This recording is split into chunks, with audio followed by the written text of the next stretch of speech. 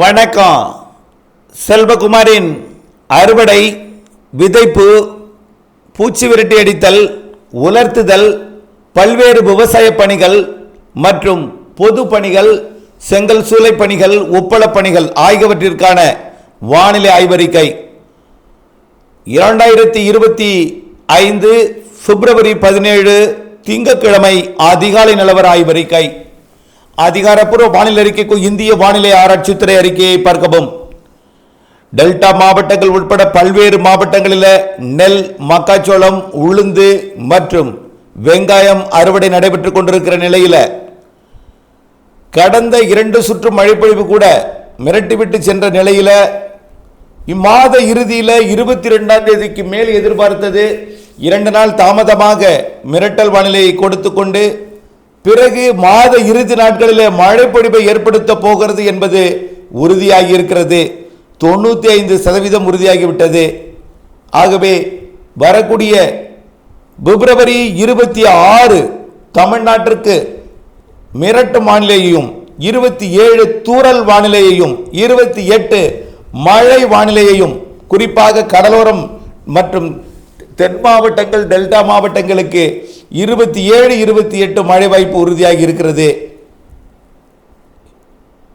March 1ஆம் தேதி அந்த காற்று சுழற்சியானது இலங்கை வழியாக கடந்து தென் தமிழ்நாட்டின் வளிமண்டலம் வழியாக கீழடுக்கு சுழற்சியாக நகர்ந்து அரபிக்கடலை அடையும் என்று எதிர்பார்க்கப்படுகிற காரணத்தினாலே மார்ச் 1ஆம் தேதி தமிழ்நாட்டின் ஒட்டுமொத்த மாவட்டங்களுக்குமே மழை வாய்ப்பு தெரிகிறது. 28 தெரிகிறது. தாமதம் ஏற்படும் பட்சத்தில் மார்ச் 1ஆம் தேதி, இந்த மாதம் 28ஆம் தேதி வரை தான், 28 பிப்ரவரி. மார்ச் 1ஆம் தேதி தமிழ்நாட்டிலே பரவலான மழை பொழிவு தெரிகிறது. ஆங்காங்கே சற்று கனமழை முதல் கனமழை வரைக்கும் தெரிகிறது. ஓரிடங்களில் மிக கனமழை பொழிவு கூட பொழியலாம். மார்ச் 1, 2, 3 தேதிகளில் வடகடலோரமும் மழைப்பொழிவு எட்டி பிடிக்கும் என்று எதிர்பார்க்கப்படுகிறது.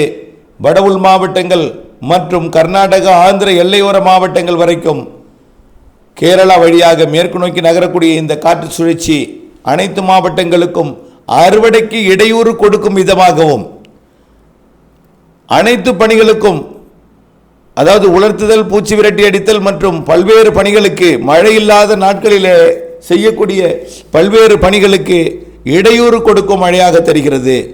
சில இடங்களிலே கனமழையாக பொழிந்து பாதிப்பையும் ஏற்படுத்தலாம்.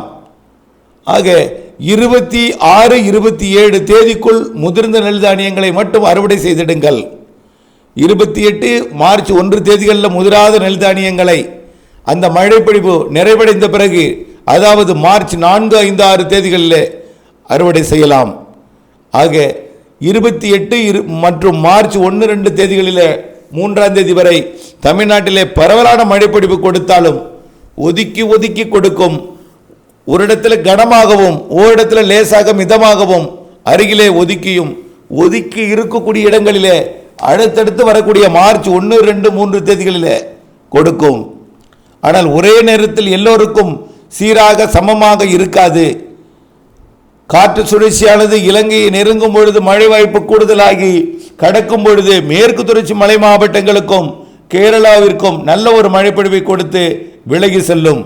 தென் மாவட்டங்களின் மேற்கு தொடர்ச்சி மலை மற்றும் ஒட்டுமொத்த மேற்கு தொடர்ச்சி மலைக்கு நல்ல மழை வாய்ப்பு தெரிகிறது. மார்ச் 1, 2, 3 தேதிகளில் இந்த காற்று சுழற்சி 3ஆம் தேதி விலகிய பிறகு மீண்டும் ஒரு 3 நாள் 4 நாட்களுக்கு இடைவெளி கொடுக்கும். அந்த இடைவெளியை பயன்படுத்தி அறுவடை செய்யலாம். ஆனால் ஒரு சில இடங்களில் கனமழையும் தெரிகிறது என்பதை நினைவில் கொள்ள வேண்டும். ஒரு சில இடங்களில், ஓரிரு இடங்களில் மிக கனமழை பொழிவு கூட இருக்கலாம். 1-2 இடம்தான். தமிழ்நாட்டில் எத்தனையோ இடம் இருக்குது, அதில் 1-2 இடம். ஒரு சில இடங்களில் அது சற்று கனமழை முதல் கனமழை வரை இருக்கும் என்று எதிர்பார்க்கப்படுகிறது. மழை வாய்ப்பு நாள் 28 மார்ச் 1, 2, 3 தேதி என்பதை நினைவில் கொள்ள வேண்டும். 26 குழப்ப தொடங்கிவிடும். 27, 28 தூறல் காணப்படும் என்பதை நினைவில் கொள்ள வேண்டும். அந்த நிகழ்வு விலகிய பிறகு அடுத்த நிகழ்வு 12, 13, 14 தேதிகளிலே வந்து மழைப்பொழிவை தரலாம். ஆக 3க்கு பிறகு 12ஆம் தேதி ஒரு வாரம் இடைவெளி இருக்கும் என்று எதிர்பார்க்கப்படுகிறது. சுமத்ரா தீவிரிக்கு அடுத்ததாக உருவாகக்கூடிய காற்று சுழற்சி ஒரு வாரம் கழித்து 10ஆம் தேதிக்கு மேல் தமிழ்நாட்டின் கரைக்கு மழைப்பொழிவை கொடுக்கும். அதுவும் மேற்கு நோக்கி நகர வாய்ப்பு இருக்கிறது. அதேபோல் மார்ச் 21க்கு பிறகு 22, 23, 24 தேதிகளில் மேலும் ஒரு நிகழ்வு என்று ஏற்கனவே நீண்டகால அறிக்கையில் பதிவு செய்து கொண்டே இருக்கிறோம். ஆக அறுவடைக்கு இடையூறு கொடுக்கும் மழை ஓரிரு இடங்களில் கனமாக பெய்ய வாய்ப்பு இருக்கிறது. அங்கே பாதிக்கும் மழைப்பொழிவு கூட தெரிகிறது. இதனை நினைவில் கொண்டு அறுவடையை விரைந்து முடித்திடுக 26ஆம் தேதியிலிருந்து கொடுக்கக்கூடிய மிரட்டல் இடையூறு தொடங்கும் என்பதை நினைவில் கொண்டு அறுவடையை திட்டமிட்டு கொள்ளுங்கள். அதே போல தான் உலர்த்துதல் மற்றும் பூச்சி விரட்டடித்தலுக்கும் இலங்கையோட தென்பகுதியில் மட்டும்தான் இன்றைக்கு நாளைக்கு மழை. அடுத்தது இலங்கைக்கு மழை 23ஆம் தேதியிலிருந்து தொடங்குகிறது. 24ஆம் தேதி இலங்கையின் பெரும்பாலான பகுதிகளில் மழை இருக்கும். 25, 26 இலங்கையில் ஒட்டுமொத்த பகுதிக்கும் மிதமானது முதல் சற்று மழை இருக்கும். அந்த மழை தான் 28 தேதிகளில் தமிழ்நாட்டுக்கு கொடுக்க இருக்கிறது, மார்ச் 1 கொடுக்க இருக்கிறது. ஆக உலர்த்தும் பணிகளுக்கும் பூச்சி விரட்டடித்தல் பணிகளுக்கும் இதே வானிலை தான். ஆக மழை என்பது 26லிருந்து மிரட்டலாக வரும். அன்றைக்கு உலர்த்துதல் மற்றும் பூச்சி விரட்டடித்தல் இயலாத காரியமாகிவிடும். 25 வரை நீங்கள் அனைத்து பணிகளும் செய்யலாம். அடுத்தபடியாக உப்பள பணிகள். ஏற்கனவே உப்பள பணிகளுக்கு உப்பு உற்பத்தி செய்வதற்கு வாய்க்கால்கள் மற்றும் உப்பு பாத்திகளை மிக நேர்த்தியாக சீர் செய்து உப்பு உற்பத்தியை தொடக்கி இருக்கிறீர்கள். உப்பு வாரும் பணியும் தொடங்கிவிட்ட நிலையில் அடுத்த மழை என்பது செய்யப்பட்டிருக்கிற முதலீடு மற்றும் செலவு இவற்றையெல்லாம் கணக்கிடும் பொழுது அச்சு உணர்வை ஏற்படுத்தும். ஆக வரக்கூடிய மாத இறுதி 28ஆம் தேதி மற்றும் மார்ச் 1, 2 தேதிகளில் வரக்கூடிய மழை உறுதியாக அகசியம்பள்ளியில் கனமழையை கொடுக்கும் என்று சொல்வதற்கு இல்லை. ஆனால் அது தமிழ்நாட்டின் கடலோர மாவட்டங்களில் எங்கேயாவது ஒரு சில இடங்களில் கனமழை பொழிவை கண்டிப்பாக கொடுக்கும். வடகடலோரத்திற்கும் வாய்ப்பு இருக்கிறது, டெல்டா கடலோரமும் வாய்ப்பு இருக்கிறது, தென்கடலோரத்திற்கும் வாய்ப்பு இருக்கிறது. ஆக மார்ச் 1, 2, 3 தேதிகளில் நல்லதொரு மழைப்பொழிவை கொடுக்கும். அந்த நேரத்தில் உப்பு உற்பத்தி எப்படி செய்யலாம், உப்பை எப்படி பாதுகாக்கலாம் என்பதை அறிந்து அதற்கு திட்டமிட்டு கொள்ள வானிலை அப்டேட்ஸுடன் இணைந்திருக்க அன்போடு கேட்டுக்கொள்கிறேன். அதேபோல் செங்கல் சூளை பணிகள். செங்கல் சூளை பணிகளுக்கு 25ஆம் தேதி வரை எந்த இடையூறும் இல்லை. இலங்கைக்கு மட்டுமே மழை. 26லிருந்து தான் தமிழ்நாட்டுக்கு மிரட்டல்.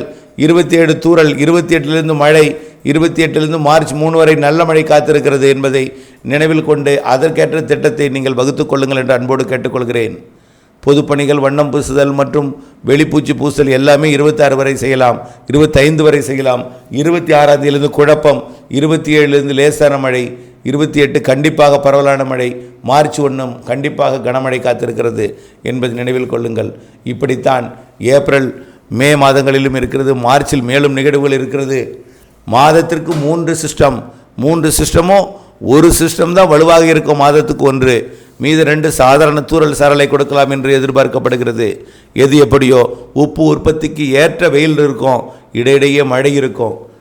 அதே போல தான் செங்கல் சூளை பணிகளுக்கும் பணிகளுக்கு இடையூறுகள் இருக்கும், வெயிலும் இருக்கும், இடையூறும் இருக்கும். இடையூறு மற்றும் மழை வாய்ப்போட தீவிரத்தன்மை எல்லாம் அறிந்து அதற்கேற்ற திட்டத்தை வகுத்து கொள்ளுங்கள். வானிலை அப்டேட்ஸுடன் இணைந்திருங்கள் என்று அன்போடு கேட்டுக்கொள்கிறேன். நன்றி.